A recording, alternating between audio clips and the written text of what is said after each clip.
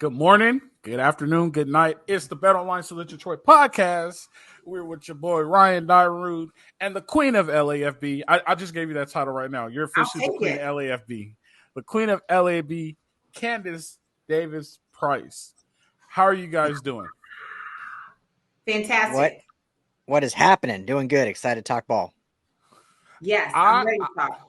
You guys, I actually found a crazy article about USC athletes, and I want to share it with you guys. I have to share this with you guys. It's just crazy.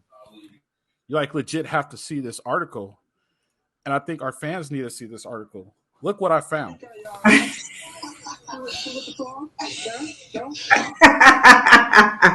mean, the Rainbow Connection is just such an optimistic, joyous character. I do. We're talking about the Piggy. Now I look back, she was a bit sassy. She was a diva. She was probably a huge diva. And I think I definitely enjoyed Miss Piggy. Look at you. You're a real editor. We've really been feeling the heat these past few days, but things are expected to be switched up by the end of the week. Hopefully some cooler temps in the forecast. Are you ready for it? Absolutely. 100%. Absolutely. I love it. Oh, that was my girl. Look at That was my grandma's part of me. April Big was not time. having. April wasn't having that. We did not know you were the face of Detroit. Like you got a pull. I'm sorry. Nah, just a little bit. You know what? And I always remind them when you talk about Detroit stuff, I'm like, hey, I'm a suburb girl. Like they be like East Side, West Side, 8 Mile. I'd be like Ann Arbor. That's all I got. There you go.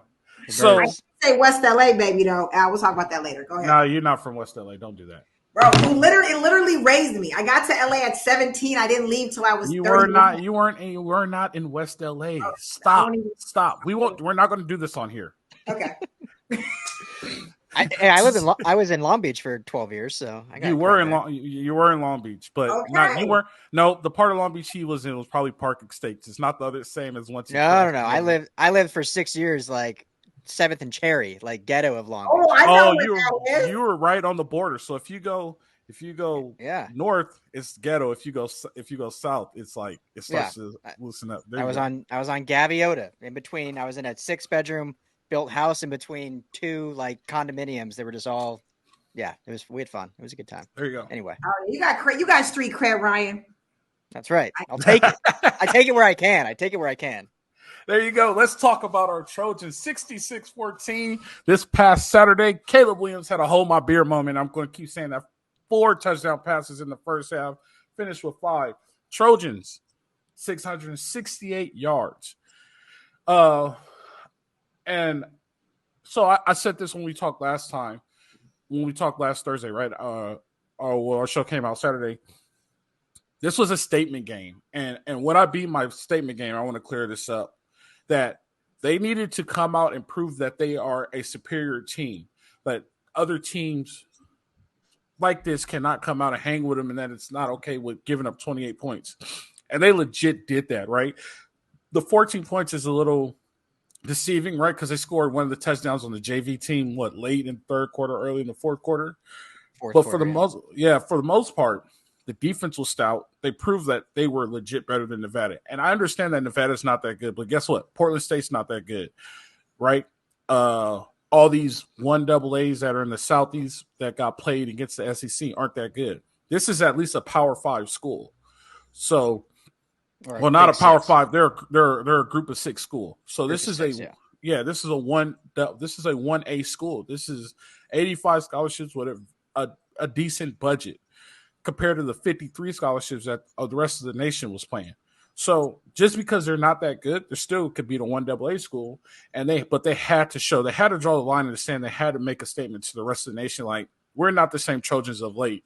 So I was impressed what they did on defense. I was more than impressed what they did on offense. All around. What you're saying, bro, go ahead. What you're trying to say, if I can articulate it, is that because I think a lot of people hear statement game and they think Florida State over LSU. Like that was a statement game, right? Like ACC, SEC, prime time. I picked that Florida State in that game anyway, but that was like a statement. Like this, we're here on the stage. You're saying it's a statement in the sense that SC had to do this, but they did it. Like they had to go out and blow them out and dominate in all three phases, but they did it. It wasn't like a statement like we're here coming for the college football playoff. It was a statement saying like, hey, yeah, we are the Goliath. We can beat up the David, and we're going to go prove it. And they did that. That's what you're trying to say. Yes, that's what I'm trying to say. But Goliath, never mind. Go ahead. Yes, go ahead. I know. It's not historically accurate, Candice. It's not historically accurate, but I know. I get what it's not biblically correct, but in terms of size. Yes, no, I agree. I think I'm being a little bit tough on our guys. So go ahead, Coach. No, I'm impressed because they pretty tough. much they did what they were supposed to do. Like the receivers, 25 catches, 14 receivers got a catch, 25 catches, 453 yards on Saturday. That's what we wanted. That's what we want to see. There's a lot of names. Go ahead. I'm gonna just be 100. Like, sure, Nevada, sure, it's definitely an upgrade. But I'm also like, are we fine tuning, or do they have this same type of game in 3 weeks against Colorado? Do we see the same electrifying? Colorado is not a benchmark. We're not going to use Colorado as a benchmark. Oregon is a benchmark. Colorado played a bad TCU team. Okay. They played if a bad. We go bad, then we okay. Keep going. But you got to understand, Colorado played a bad TCU team. Colorado's going to get 50 put up on them against Oregon, and then they're going to get 50 put up on them against SC, and we're going to find out what Colorado really is. We will, and I'm looking forward to that. So all I'm saying is this electrifying. Say it again. Oregon is the benchmark, and established. Okay. Oregon's the benchmark. And Utah, you got to give credit to Utah. Utah, I won't take away from you. All I'm saying is cool with the games, cool with giving them $2.3 million to go ahead and whoop on them. No problem. I get it. I'm all for that. But I'm kind of like, you're right. That LSU, Florida State, I'm like, came out swinging, made a statement, proved why Brian Kelly should not be anywhere in the SEC. But that's a whole nother podcast. But I guess I'm like, do we have the same execution? Do we have that level? What I do like is that it's given our players confidence. What I do like is that you're right. They're probably being able to fine tune some plays, throw in some different guys, get the rotation strong. Love to see that. But at our benchmark game, you're saying we're still going to look like this? At our benchmark game, if we look like this, then certainly I would take 66-14 all day, every day. Okay. We beat Oregon 66-14 in the Coliseum. Oh, we're going to the Natty then. Yeah, certainly. Like I would. Okay, here's the best way I can explain it to you. And I've been at some of these track meets, so don't you lie, because I've seen you run. The open invitational track meet where you have every single college in Southern California there. You have the Cal State LAs and all those there, and you guys are running against them, running 400 against them. You guys are running 49s. I'm just giving an example. Yeah, no, I feel you guys are running 49s, and the Cal State LA that's like a 40. That's like a 4-2-40 early in the season. Yes. And the Cal State LA girls running a 53. you guys are already have your water in your hand, walking back, and they're just now crossing the finish line. It's kind of like that. This is the open invitational at the beginning of your track season. But I just want to tell you this. Hold on. I don't want you to be upset because Alabama played like UT Martin or something like that. Who is Alabama? They're not even. I'm just saying that's not a D1. Georgia played UT Martin. No, Georgia played UT Martin. Alabama played some school like that. Those aren't even what division. They're not even a group of 6 schools. Like, so let us warm up. Like, that's why the NFL has preseason. I'm just telling you. For instance, right now I'm in the Midwest. For whatever reason, Michigan can play Rudy Poot, Appalachian States, and the UNLV, and they're mega stars. But for whatever reason, and I don't know if it's because I'm on this region, USC, they have a whole different standard for. So that's where my fear comes, right? It's a whole different standard for the rest of us. Then here's USC. It's like, oh, well, it's this. Oh, it's this. Everyone else is doing the same exact thing. So all I'm trying to do is solidify that, make sure our guys are what they will be when it's time to perform. So if you look at the schedule, and Candice is hard. You the mom, you got an A-. You should have got an A+. Okay, so if you look at the schedule, right? So they play Stanford. Stanford's going to be a better game next week. We're going to get a true benchmark on how elite USC is, right? Okay. They play Stanford. They go to Tempe and they play Arizona State, right? Then they get a bye week and they play Colorado. That game's going to be overly hyped, and they're going to put 800 up on Colorado because their players don't know how to show up. How many? 800. Okay. Their players don't know how to shut up either. So the true benchmark will be next week. We will see how elite they really are, right? Okay. Now, this is still a rivalry game. And I want to make it very clear. I'm not saying they're not elite. I'm not saying they're not executing. I'm saying that they should be executing against these teams, and I love to see it. I have seen it for my own eyes when the Reggie Bush era was there, and it was dumb. I was like, 72-0? Like, is that okay? Is the scoreboard not functioning right? Like, I get it. But because we're coming out of this, like this whole new era, and it's supposed to be like all these mega wonderful things, like, I need it to not be La La Land. I need us to be like, you feel me, right? That's all I'm saying. And you're saying this is great. I'm just not impressed yet because it's what we should have done. Let's move on. I'm not. And what you said about running track, right? When we invite Cal States and the Fullertons and respective, our legs are flat. They're killing us in the weight room, and we're coming out there heavy, and they still expect us to perform. And then you're right. When we get to Pac-10s and we're getting into the meat of it, we start to loosen up. So these guys look hot and fresh. That's all I'm saying. I'm a USC fan. Don't think I'm coming from like you're harder than me than I am. Because I will tell you this. Because I'm loose. I'm light. I'm nice. I'll be the nice guy. I will tell you this. I don't know if they're a playoff team yet. That's being honest. I don't know if they're a playoff team yet because I need to see them again. I need to see them battle tested. And they haven't been battle tested yet. So I would like to see a battle tested game, which I think this Saturday has the ability to be a battle tested game. For right? Sure. Because if you don't know SC football, Stanford and SC is a legit rivalry. Yes, for sure. And then there's so much added to it. Like, this is the last weekender. So don't be surprised. What's the weekender, though, Al? You got to say that for everyone. You're assuming everyone knows what weekender is. All right. So the weekender is between the 4 California schools. So Stanford is coming down to play USC. So all the Stanford students are also coming down for the USC game. And if you're in a sorority or a fraternity on the road where the street where all of our fraternities and sororities are, at Stanford, you stay at those houses, and it's like a big party afterward on the road. It's like Project X. Yeah, it gets crazy. So then, when USC goes to Cal, all the USC students are going to go up to Berkeley, and it's the exact same thing. And it's one of the game. Even the red shirts, hey, if you guys are driving up to Cal, we'll give you your jersey. You can stand on the sideline. It's a big deal. And the same thing with you. I don't even know if UCLA has a weekender. Do they have a weekender at UCLA? I don't know. Our source is not in the room. Oh, but yes, Stanford is legit. I do remember being a student, and we were broke, and we would get in our car, and there was 4 people in a 3-seater trying to go up to Fresno, hot as ever. Trying to get to Stanford, and we sat in the nosebleeds. And yeah, it was a whole experience. But the weekender is an experience, and that experience is going to be gone after this. I will say this: I don't think it will be gone because they get 3 non-conference games. Correct me if I'm wrong, Ryan, but they get 3 non-conference games. Yeah. So they might not. They might.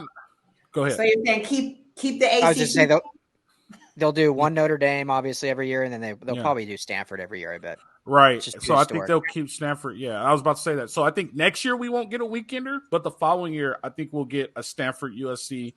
And then we'll get the Notre Dame USC. They'll keep that, so they'll be So what I hear you saying is that these new conferences means absolutely nothing because you get your protected rivalry, you get your non-conference games, which will now be your old conference teams that decided to go to a different conference, but geographically it makes sense that you still compete against them. That's what I hear you saying. So the conferences. All right. Oh. So here's what happened with the conferences. Here's a nutshell, and everybody's it's all about money, blah blah blah, this and that. You're right. The crux of it is it's about money. The Pac-12 is the only conference in the Power 5 that did not have a TV deal going in the next year, right? And everybody gave him a chance. Hey, Larry Scott's gone. We bring in a new commissioner. We understand what he's doing. He has some SEC background. He should be able to get it done. SC and UCLA is pushing the issue. Where's our media deal? Where's our media deal? Where's our media deal? Meanwhile, what people don't know is that not only was the Big Ten tugging, not only did the Big Ten tug at him, the Big 12 was tugging at him also. Hey, you guys could come over here. Hey, you guys could come over here. You could come over here, and we could set this deal up. Do you think Texas and Oklahoma leaves the Big 12 if USC and UCLA is now in the Big 12? Absolutely not. Nah. Absolutely not, right? So, long story short, they couldn't get the media deal done. The media deal doesn't just give the school money, but it protects the whole conference and gives the whole conference money, right? So you have no media deal. They got UCLA and SC got tugged, whatever, big money. They're gone, way gone. They're like, okay, fine. So you get to media day, and all the schools are like, we're going to give this guy a chance. We're going to give him a chance. We're going to go to Vegas, and they're going to have a deal for us. I guarantee you they'll have a deal for us. Like, he has this opportunity. The deadline was at media day, and when they came up and they said the media deal's in the works, I guarantee you. No, he said, we have a deal, but we want today to be about football. So we're not. I remember that. Which was a bunch of BS, obviously. Those were his famous last words, right? Yeah. Right. Oh, yeah. So that right there officially killed the conference. Colorado, Arizona State, and Utah all sent the Big 12 a text saying, we're in.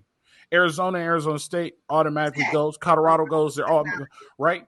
And so, right. And now Oregon has to make a decision, right? Do they want to be a big fish in a small pond and go to the Big 12, or do they want to compete with the best and go to the Big 10? So they decided to compete with the best. UW did say, I know how you feel about UW, but UW is not that bad of an athletic program. No, I wouldn't say they are. No, they're. I think they're like an Illinois. A little bit when better. Illinois hot, they're hot. When they're not, they're not. I'll give you Iowa. They're more consistent. Okay, I'll give you Iowa. I'll take Iowa. They're more consistent. So then it comes down to Stanford and Cal, right? So Cal's mad at UCLA because they have the whole UC thing. No, seriously, like these are legit things. Cal's mad at UCLA, like we're a brotherhood, this and that. Like we're upset. UCLA's like, sorry, there's billions in this contract, and Pac-12's not giving us billions. We're apologizing. So then you have to look at pretty much why does Cal fit in the ACC? The ACC is probably Cal and Stanford's in the ACC. The ACC is probably the second most competitive academic conference in the Power Five. Fair. Academic, right? Yeah. So where did Duke and North Carolina, and Wake Forest, Georgia Tech. Georgia Tech, yeah. Georgia Tech, yeah. That'll be a good balance. And, right. And to be fair, those are probably talent. A kid could be like, oh, I'm going to Georgia Tech or I'm going to Stanford. That's the same kind of caliber kid. Miami thinks that they're like a upper echelon education school. They're a private school. That's not at all true. They stick with this and gang banging. That's what they do. You know that. So all in a nutshell, this all came down to one TV deal. I guarantee you, if Jeff Bezos, we'll use Jeff Bezos, Silicon Valley, if Jeff Bezos comes right now and says, I will give the Pac-12 $3 billion to come back together right now, and I will put them on Amazon Prime. Not only that, I will get a network on national television for them to be seen across the nation. Do you know how fast the Pac-12 will reassemble? Absolutely. I would agree, and that's a good point. Jeff Bezos, if you're listening to our podcast, because that's what you're doing. Yeah. We're on your way to Mars for rocket fuel. So Al, let me ask you this, or finish your point, then I'll ask. So like that's all I was gonna say. Is like, so in a nutshell, it's not even like everybody's like, oh, it's about money. But at the end of the day, it is about money because money is what drives the conference, so the conference could stay competitive, right? So they needed that TV deal. It was all you had to do one TV deal to keep the conference together, and they could not get it done, and it just imploded the conference. Yeah, Larry Scott should be in jail for murder. He killed the conference. Well, and even after Scott was gone, Kliavkoff had an offer from ESPN for, I think it was $35 million or $50 million per school, and it was for $35 million per school. He wanted 50, so he turned it down, and then ended up accepting 20 from Apple, and that's when everyone bounced. So he played his cards horribly, maybe the worst poker player ever to play the game. So Al, let me ask you this real quick, and then we'll get back to SC recap. We'll talk more SC Stanford on the next episode. But let me ask you this. So Stanford, I've always been curious because to me, there was definitely the opportunity for them just to go independent. Say, we don't need a conference. We'll go independent, like a Notre Dame kind of thing. I mean, they have one of the biggest endowments in the entire nation. They kind of sit on their own anyway. Academics, I think, are extremely important outside of maybe football because obviously they have the most natties ever in terms of just all sports, the Olympic sports included. They decided obviously not to do that. And I'm curious what you guys think. My thought was the only reason why they wouldn't go independent is because then you're looking at, you have to, as a university or as an athletic director, create all your own schedules, create your own media deal. You got to, all your sports, figure out how you're aligning with different teams. You have to go out, contact them, decide every single year who's going to play who, figure out travel, figure out all this. And to me, Stanford just said, hey, we value sports, but we have so much higher values in education that we'd rather a conference handle that for us. Like we have the money to do it. I don't want to say lazy, but like they just don't care enough about football and athletics to do that.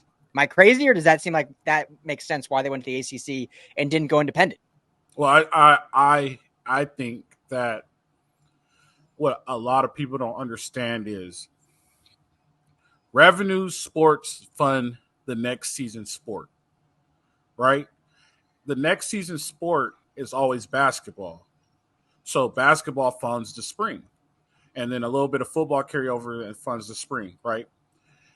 A lot of spring sports are free to get into. I could go to a softball game for free. I could go watch a crew match for free. I could go watch all the Olympic sports are free, right? So I think, and like the people say that they don't go to Stanford game. There's not very much revenue that's driven from the Stanford game. But what a lot of people don't understand is that there is a little check that always comes at the end of the year, right? So you always want your schools to be in bowl games because the conference gets a payout. Not only does the conference get a payout, the school gets a payout. So when I played in the Rose Bowl, we made $17 million. So at that time, that was a lot of money. So, right, so we made $17 million for the Rose Bowl. Let's just say 13 and a half went to the conference, and then the other 13 and a half went to USC. 3.5 went to the football program. The other 10 went to the athletic program. And then they got to transfer that money on, and they got to carry sports like golf, crew, tennis, even baseball at the time, because we were going to baseball games for free still too. So I think that they needed to get in a conference to where they could get some backing. Because as an independent school, I don't think they would be able to generate enough money to protect all their other sports. That's why I think that they did it. So I think that because they're academically sound conference, and that they could generate enough revenue to help their other sports. Yeah. What do you think? I get Candice? that. I mean, I kind of piggyback off of Ryan. The ACC. I think of basketball, maybe. I do think academics, they're pretty prestigious, but I just didn't see Stanford really fitting there. And I am honestly concerned about that fit for them, because they would consider themselves outside of Michigan, which was the West like a gajillion centuries ago. They are the Harvard of the West, right? Michigan thinks they're that, but they're not. And I just feel like Stanford has a whole different type of prestige of an athlete.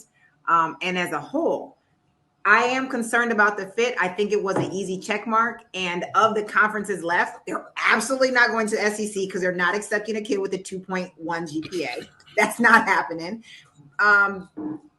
Big 12, I don't think they really fit that culture. And I think you're right with the ACC, that academia athlete, that's where it fit the best. I'm still not convinced that it fits. I'd be interested to see how long that contract is, but I didn't realize it was that much work when you are independent. I would have maybe, like, people take a gap year. I'd have been like, oh, we're going to be cool this year, because now people can watch TV, YouTube TV, Fubu TV. They can catch anything unless it's really difficult. But I'm not too convinced that this stays. So here's the difference. Go ahead, Ryan. I'm sorry. I was just saying the reason why I was like, it's, again, lazy is a bad word because I would never call him from Stanford lazy, but the reason why I just don't think they want to have to deal with all that is, like, do you know what their endowment is? Like, I get out what you're saying, like with the needing the money. USC's endowment is roughly $8 billion. I think it's like $7.4 billion for their endowment. Yeah. Stanford, it's like $36 billion. $36 billion is their endowment. They don't need no freaking ACC money to keep their sports programs alive. I'm pretty sure they're good. So here's the difference though about scheduling. Dang, where'd you find that fact at? That's sickening. It's called Google. Right? That was quick. It's on their Wikipedia page. Dang. Yeah, so wild, right? Wild. They don't want no funky. Let's just keep it real. 13 colonies money. That's Virginia. We talked about the Duke and the North Carolina and the Georgia Tech, but we didn't talk about Virginia Tech, Pittsburgh, Stanford. That's not your. Maybe basketball for the brackets might look good, but the reality, I agree, they don't need that bread. Well, here's the thing. Money. Here's the thing about scheduling. Say USC goes independent. Say that USC's like, you know what? We don't want to travel to play conference games in the Big Ten. Like the Pac-12 didn't come up with a media deal. We're going independent right now. We're independent as of 2024. How do you get the phone to stop ringing? That's a great question. It won't. It won't stop ringing. You got an answer for that? No, not even that. Hey, we'll play you guys. We have an open week here. We'll play you guys. We have an open week here. We'll play you guys. Yeah, we'll play. You know what I mean? Like, how do you get the phone to stop ringing? You won't. Stanford goes independent. How do you get the phone to ring? I think that's another issue too. That's fair. That is fair.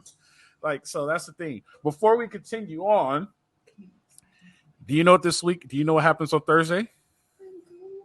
NFL starts, baby. NFL starts on Thursday. Oh, yeah. We now have NFL. We have college football. And if you are all about playing those games and setting up the perfect parlay between Thursday and Sunday, we have the place for you. BetOnline.ag has all the up-to-the-minute stats, highlight analysis, and the best odds in the game to get that perfect parlay so you can score and start working on your Christmas money now. I will tell you this. I got a little greedy. I laid the 20.5 and I lost a couple of bucks, so I have to start all over. I was going to do a let it roll and see how far I could let it roll, and I only got to the second week. You got to say 20.5 on who? I took a TCU, Colorado TCU. So I went 20.5 and it did not work, but it's all right. BetOnline has better odds, and I'll be able to build my little nest egg up and let it roll again. So take the winnings and let it roll. And what were the odds? You said 800 points. That who's going to lead by what? You said USC. SC's going to beat Colorado 800. Okay, so put that bet on your. I will. Go to betonline.ag. Use promo code BELIEVE. That's BELAV.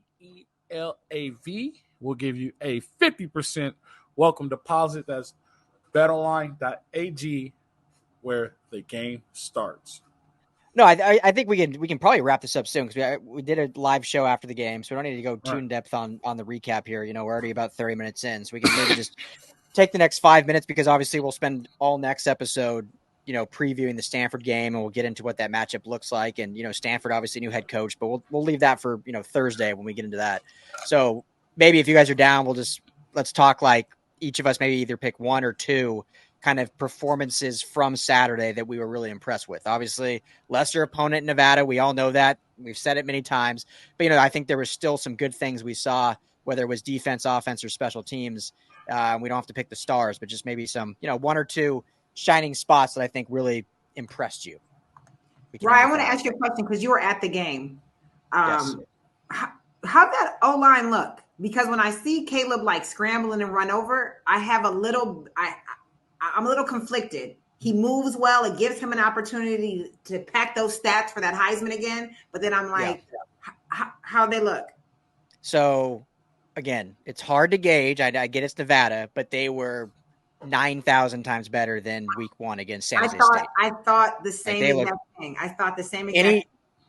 That awesome scramble Candice he had where, he scrambled for 15 seconds and then hit B. Rice in the end zone, just standing there wide open. I mean, he almost scrambled kind of just on his own free will. He had so much time in the pocket. So the offensive line, we got to say, Gino, I always say his name wrong. Gino Quiones, unfortunately, lost for the season with a lower leg injury. Coach Riley just told us today. He got injured on that Tahj Washington touchdown, and he played all 14 games last year. He started at left guard in week one, and he's been rotating and played a lot in this one. And unfortunately, he's gone for the season. So that's a huge blow to the offensive line. I wouldn't say he's the face of the offensive line. If you lost a Justin Dedich or one of those, that would be probably a bigger deal, but still a big blow. So that's unfortunate. But overall, I thought the unit looked way, way better than what we saw in week one. So that would be one of my shining moments because I was paying attention to that a little bit more. Not that I'm at all critical of what Caleb Williams is capable of. I am going to be a critic as an athlete because there are non-athletic people that get 20 seconds of a glimpse of something and think that they can do it, right? They barely made the JV football team. So when I'm critical of Caleb, it's that I know what the work ethic is. I know the sacrifices and I know the guys around him. And I know how critical everyone else is going to be on him. So when I saw him kind of scramble, I was like, okay, opportunity for him to show his athleticism, again, pack those stats. And it did look a little bit more free will than it did 2 games ago. Yeah, that's a great point. It did. The offense looked, I feel like in week 1, they were like almost like hesitant on things and like not showing everything. And this looked like what we saw Caleb do last year, where it was just like, just go out and ball and have fun. And, Mario Williams led the receiving core with 4 receptions. That was the leading receiver. Like the ball was spread so much around. Tahj led the receiving room with 75 yards. So it was the offense. I mean, the whole thing was a shining star. It was fun. And they looked good doing it. And what I liked about the improvement with the offensive line, the fact that he gets to scramble at his free will makes me feel gooder, makes me feel gooder. Okay. I can say that. I went to USC. We're making words. Makes me feel more. Makes me feel more secure. Sounds like you went to Long Beach State. makes me feel more secure about keeping him protected for the length of the season because that's where it is, right? It's not a sprint, it's a marathon. So yeah, I would say the offensive line for sure. And again, that electrifying offense, it was fast, it was crisp. The guys were hitting their marks. I mean, and then the way Caleb was dropping the ball, it was almost like some Madden type stuff. So yeah. I would say those receivers and the O-line. I could go. I will say, and we talked about this on Sunday, but I'm going to go ahead and say it again. Malachi Lemon. Makai Lemon, Makai Lemon. We got it's hard because Malachi Nelson, Makai Lemon. They're like Makai Lemon. He's sending us the sheet with the name breakdown. Ryan, I'm looking at it right now. Ryan got us though. Ryan's Ryan, you're the Makai Lemon. I got you. Miller. Makai. I know my role. Yep, Makai Lemon. I'm just a headset guy. The spotter. Hey, you're the best headset guy there is. All right. All right, I'll take it. That's good. That's all that matters. So Makai Lemon, Quentin Joyner, Michael Jackson III. Those are the guys. Those are the guys that impressed me. You want to know why? Those are the future of USC football. Those are the guys that like Caleb Williams and Brandon Rice and Mario Williams are setting the foundation. Those guys that I just named are the pillars, right? They're not even the pillars. I'm sorry. Because I work in construction, the most important thing in construction that people forget when you lay a foundation is underground utilities. You have to run your underground utilities, and people forget, and you have to tear the slab out. Absolutely. Right? So they're the underground utilities before we get to even raising a building. Like the little things that people don't think about, how great they are, right? Like the Tahj Washingtons of the world. I'd say Tahj Washington reminds me of Kerry Colbert or Steve Smith. Like he's not a lot of Steve Smith. He's not the star, but he does great. So like to me, the role players stepped up and they did excellent. And each one of those players are going to win a game for us because you can't cover everybody, right? So I was like, you can't cover everybody. The whole defense to me was impressive, and I think they did a really good job.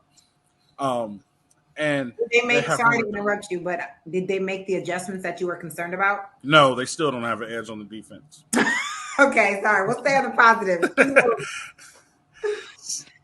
But the defense was great. The line was great. They ended the game with a scoop and score off of a sack, which is like one of the best plays you could have. Absolutely. Jamil Muhammad got a nice sack on a third down. Jamil Muhammad, a big third down. They did not bring the bell back. We got to get the bell back, Candice. I don't know how we're going to do this, but the bell needs to be louder. Like I'm looking at the total yards. They had 49 yards rushing. Nevada had 49 yards rushing, and they had 311 yards passing. That's too many. You want to keep them to 200 yards passing and under 100 yards rushing. That's how you win a football game. So we're getting there. We're getting better. And next week will be a test. But the role players, my hats off go to you guys. Get the helmet sticker this week. All the role players. And lastly, I love it. I like the speed. All the concerns on this side of the country that I'm at, like definitely hold USC to a different standard. That level of speed, Bama don't want nothing to do with that. Them boys at Georgia don't want nothing to do with that. And them Cornhuskers to the Wolverines, them heavy, whatever, any type of position, they don't want none of that speed because them boys are moving quick. And it didn't matter what type of athlete they were playing against. So I'm not taking away from Nevada to the Stanford. Those boys are athletic, bottom line. Yeah, totally. And it was Jacoby Lane. Jacoby Lane. Jacoby Lane. So for me, I'll say my, and I'll kind of piggyback on last week's. I think I talked about culture last time when we did a recap, but I'm going to double down on that because, obviously it's not a meaningless game. You have to win every game, but it's a game they were going to win no matter what. Like they could have walked out here and won this game. And that sounds disrespectful, but it's just a fact. Nevada was coming in with 10 straight losses. And so it was a game that they were going to take, hand and foot away. But there was a specific play. When you think about culture, sometimes you can look at the overall game and sometimes you look at specific plays. And on Tahj Washington, I think it was his first touchdown. It was a simple kind of dig route across the middle, simple crosser, probably a 10-yard pass. As soon as he receives the ball, Marshawn Lloyd looks like he is shot out of a cannon. He's off the screen, comes flying through the screen to make the go-ahead block for the touchdown, basically taking two guys out of the play. I want to say it was a backer and a safety, kind of like he shadowed them into each other, which then sprung Tahj Washington for the touchdown. So when you look at, if you're in the national championship, you expect everyone to give it their all and to make every play even when the ball's on their hands. But when you're in week 2 playing Nevada, you're already up 3 scores. Like you already know the game's over pretty much. And yet you have guys that are important to this team that don't have the ball in their hands, and they're still making those effort plays to spring their teammates to extend the score. That to me shows the foundation of what the culture has been built. And that is why I believe, we still got to see a lot of improvement from a lot of areas, but that's why I do think this team is at least progressing in the right direction to get to that stage that we want to see them at the end of the year. So little plays like that, like I love seeing those and love those, what stories they'll tell. And so I just want to touch on that, like with the athlete perspective, when you're able to execute, that builds confidence for the big time plays, the big time games, the 4th and longs, all that type. So I do like what you're talking about with culture, because as an athlete, that's very important to me, is to have that level of confidence that you can throw in and get it done. So if you had a long weekend, drink AG1. Drink AG1.com/salute your Troy. Good vitamins, good minerals, and we need to get our girl a refill. Okay, I'm just gonna let you know that bag, the big box. So BP went in there. He was like, "Babe," I was like, "Yes." Oh, they sent you more? No, there was a bag I was missing in the long box, so he pulled it up. And I was like, "So she's good." Nice. Oh yeah, good. We good. Get all the Labor Day out of you. Get your gut right. Go drink AG1. I am. Hit up AG1. Drink AG1.com/salute Troy. Get your gut health right, and you're taking a step in the right direction for gut health. All right, so roundabout, we got the queen of LAFB. Not satisfied yet until we play somebody good. She's also still not happy with Jen. I will say that the Trojans made a statement, and Ryan solidified, elaborate on the statement pretty much as in they need to go out and prove that they were an elite team, not in a bad way, but not play with them. They were supposed to score 66-14 and they needed to go out and do it compared to what they did against San Jose State. Because I will say this, a lot of people say you silence the noise. It's easy to say silence the noise, but you still hear it, right? You walk in and go eat, ESPN is on, right? You walk into a student center, ESPN is on. You're walking around campus, hey, they said your defense sucks. Hey, you know what I mean? All those types of things. Great point. They needed to not silence the noise, but they needed to turn it down. I think with that game, they turned it down. So that's what I mean by a statement game. And with Ryan's always optimistic. Ryan is happy with every single thing that USC did. Hey, I'll be critical when it's due. I'll be critical. No, you were critical last week though about the defense, right? And so I believe it or not, I wasn't. I said it just wasn't wrapped very well. So there you go. It's like the flowers in the Gatorade bottle. Check it out. That was the defense last week. It gets the job done. It just isn't what you expect. You expect a vase. So when you got a potential 2-time back-to-back Heisman Trophy winner candidate. You can, That's what I was going to touch on today, real quick. Caleb Williams has the most. I'll remind me, and we'll talk about it for the Stanford recap. But Caleb Williams has the hardest job this year than any other college football player. The hardest, because he's trying to accomplish something that only one person has ever done in college football. And it's probably almost the most impossible task. We'll talk about that when we get ready for Stanford. Can you remind me, Candice? I have CTE. I won't let you forget. So, yeah. You guys got anything else about this week's game? Thanks. Yeah, I mean, I'm looking forward to being able to catch an entire game in its entirety because I can trash them. Pac-12 network, you're not getting it done. Your girl, this has always been a struggle for me to catch them. I've had to use other passwords and codes from my LA family so much stuff. So I'm a bit disappointed about that. But yeah, I'm looking forward to watching an entire game. Yeah, not the Cliff Notes version. That's all I ever needed for other stuff, but I need that whole joint. There you go. You got Fox this week, so no, I'm pumped. We'll be doing a full preview, Thursday or Friday, and excited to get into it as we keep progressing through the season. Yeah, I'm excited to see where I'm happy with what they did. Like I said, they came out and did what they needed to do to show what type of team they are, and I'm excited for this game because it gives us a true measurement or an idea of where we need to be, or where it's going to give us an idea of where we are when we need to be. So I can't wait. And I'm just looking at. I'm not a coach like you, but if I'm looking at that game film and you're trying to figure out how to contain, you don't contain athleticism. Got it? Those boys are athletic. So whoever's coming, come for it because those are straight athletes. And I know there's one thing I know, north-south running, I got it. And they got it. So they can't contain it. You still have to put the athletes in the best position possible to win games. True. But I'm not going to take that away. So just think about that. Like, I get what you're saying by containing, like, trying to, like, he's just going to do this. No, let him go and let him play his game. But if you have a defensive end running inside all the time, and then you want your safety to be outside containing, he's running a receiver. There's nobody out there. Now you got a quarterback running up the sideline. That's not putting your player in the best position. That's the coach in you. I'm just the athlete. I'm like, go out there and ball. Go wild. Get yourself on a billboard in LA and run LA like we used to back in the day. There you go. All right, guys. It was a pleasure. It was good seeing you guys. If you are in the Michigan area, look out for my girl. What is it? Wake Up Detroit? I'll drop you'll have to drop the link. It's live in the D. It comes on at 11, which is way too early for you guys, but you can catch. It's not early. It's 11 a.m. in your time. 8 a.m.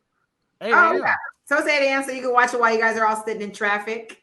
Get the ratings up. I'm just a guest co-host for the week. So love nice. It. You didn't you didn't tell us that. Like, well, they called me and they were like, and we're still live. They're like, hey, the Lions are playing. We know your sports, so on and so forth. I cover the weekend sports. So I thought it was Thursday, and I was like, oh, I'll see you Thursday. And they're like, no, we want you for the whole week. I was like, enough said, I'll be there. How far is Detroit from Ann Arbor? A true 38 miles. So it'd be like LA to Long Beach. But with no traffic?